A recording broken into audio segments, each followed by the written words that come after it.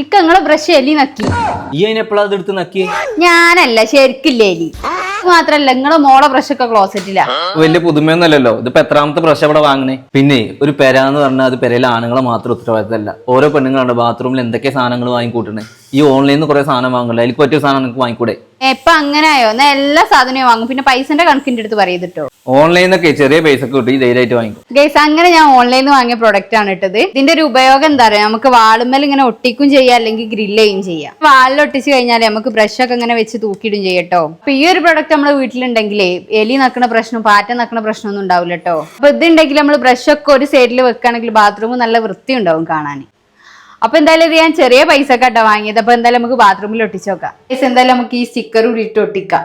ഇത് നല്ല സ്ട്രോങ് ഉണ്ട് കേട്ടോ. ഞാൻ സ്റ്റിക്കറിലാണ് ഒട്ടിച്ചത്. നമുക്ക് സ്ക്രൂ ചെയ്തിട്ടും വെക്കാം. അപ്പൊ ഇങ്ങനത്തെ ഇതിലൊക്കെ നമ്മൾ ബാത്റൂമിൽ വെക്കുമ്പോ ചിലപ്പോ പല്ലി നോക്കും, പിന്നെ അണുക്കളൊക്കെ കയറും. അപ്പൊ ഇതിൽ വെക്കുകയാണെങ്കിൽ നല്ലതാ.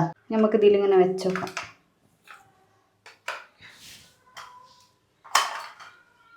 അപ്പൊ പ്രൊഡക്റ്റ് ഞാൻ ടാഗ് ചെയ്തിട്ടുണ്ട്, വേഗം പോയി പർച്ചേസ് ചെയ്തോളി.